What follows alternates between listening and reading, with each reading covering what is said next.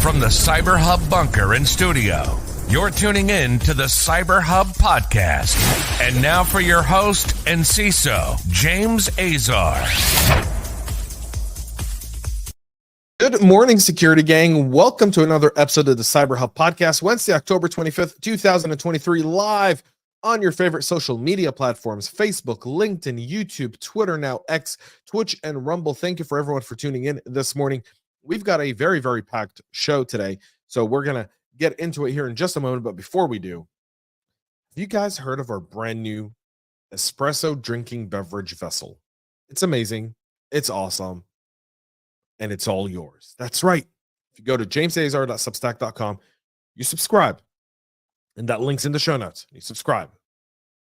We'll be sending you one of these awesome espresso drinking mugs for you to enjoy. So there you go. You've got it. Now you know it.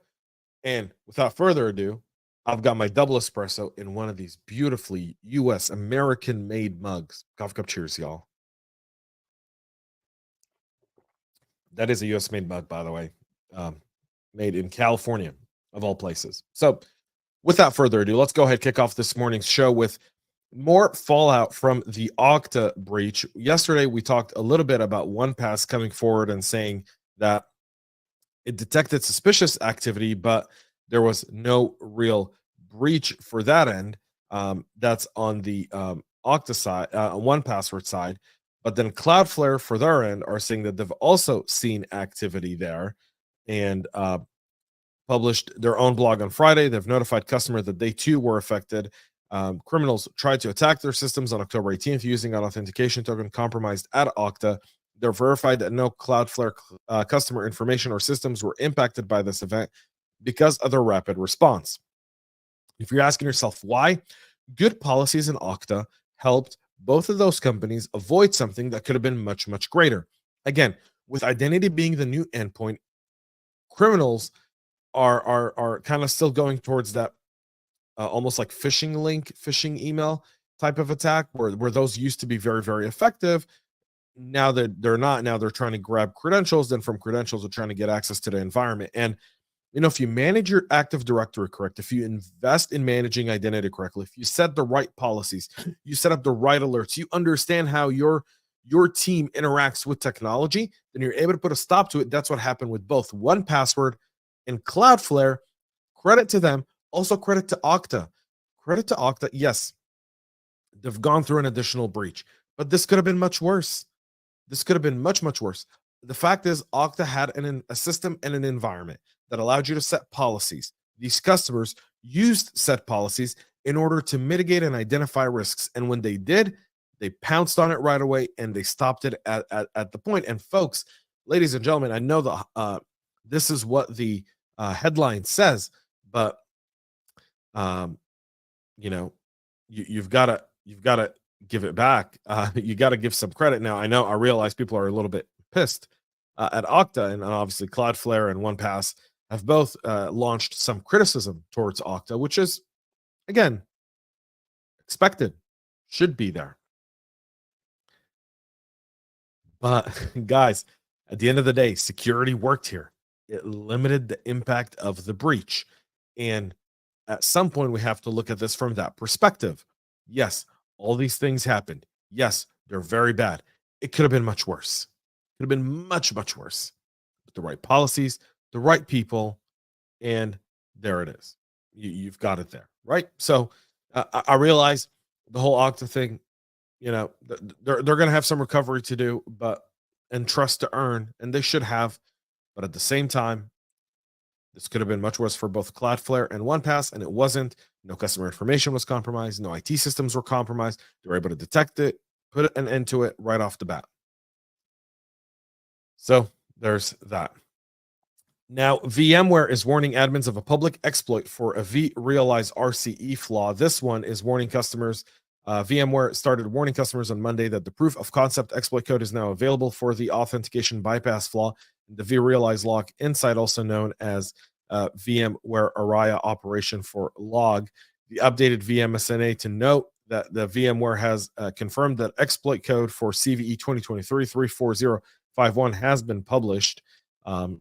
And so successful exploitation hinges on the attacker compromising a host within the targeted environment and processing permissions to add an extra interface or static IP address, according to Horizon 3. Security researchers also released an additional POC exploit and a list of IOCs that network defenders could use to detect exploitation attempts within their environment. All of this was posted on the Horizon 3 attack team X account, formerly known as Twitter. So the vulnerability is also a bypass for exploit chain of critical flaws patched by VMware in January. And so this is a series of those. VMware has released mitigation and patches for these, and you want to make sure you address those as well. And again, this POC exploit release for both of those is significant. The reason for that is because now we're seeing one for Citrix as well. So Horizon 3 for their end are really kind of digging deep on this one. Also talking about the NetScaler ADC and gateway that we talked about yesterday. All of those are really active now, and you want to make sure that if you haven't patched them, whatever the case may be, this is a now high priority. Patch it. Multiple proofs of concepts for exploits, meaning if we know them, our adversaries do, and they're manipulating them. They've dubbed the Citrix exploit as Citrix bleed as well. So there's that. The FAIR Institute wants to quantify just how much a cyber attack really costs. For those who don't know the FAIR Institute, a really, really awesome risk management organization. I've attended several of their events over the years.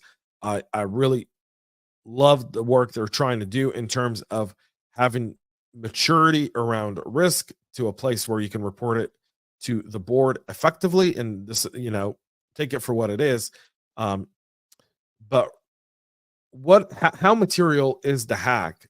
And the FAIR Institute conference that's ongoing now talked about MGM, Caesars, Johnson Controls, Clorox, and Progressive Leasing.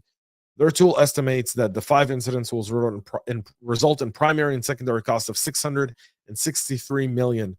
Their founding partner, Safe Security, which runs an online calculator, said more data and resources will be added on an ongoing basis.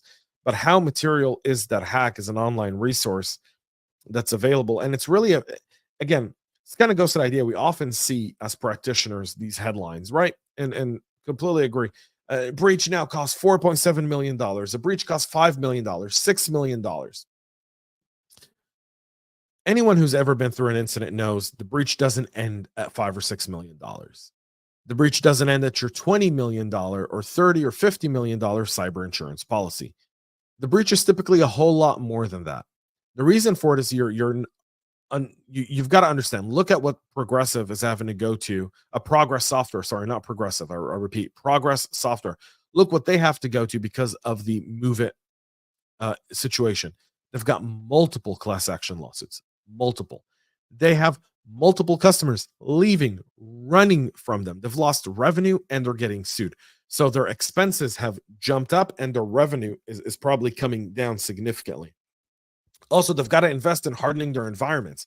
They've got to hire more people. They've got to buy more software. They had to pay for incident response. Cyber insurance covered part of it. But there's a damage that's been done there that really you can't measure it at the end of a quarter. It's not something that can go into your EBITDA or anything like that. This is something that's really there for practitioners.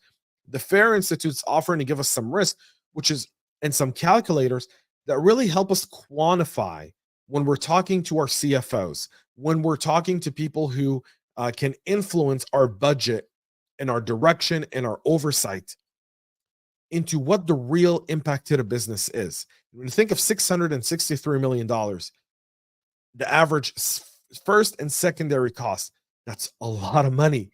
And some companies don't survive that. And the ones who do go through it, and especially now with these uncertain economic times, high inflation, it's easier to invest a little bit of money to mitigate risk rather than the other way around. It's really important to look at this. Again, everything's in the show notes. I recommend people take a look at it. FAIR does an unbelievable job for many practitioners in helping them get this done.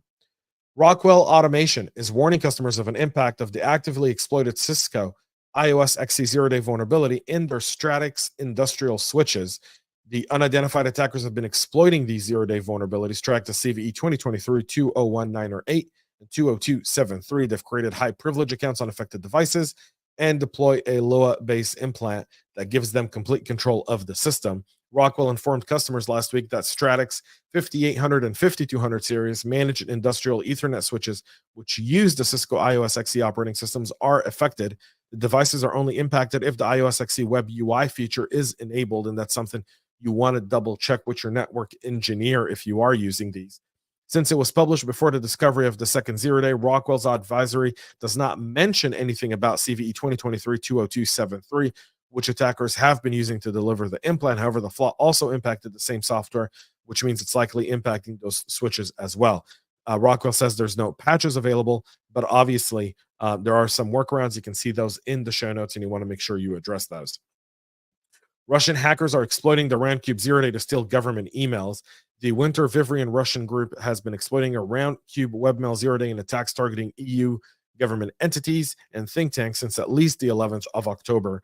The Roundcube development team released security updates fixing the stored cross-site scripting vulnerability CVE 2023-5631, which was reported by ESET on the 16th.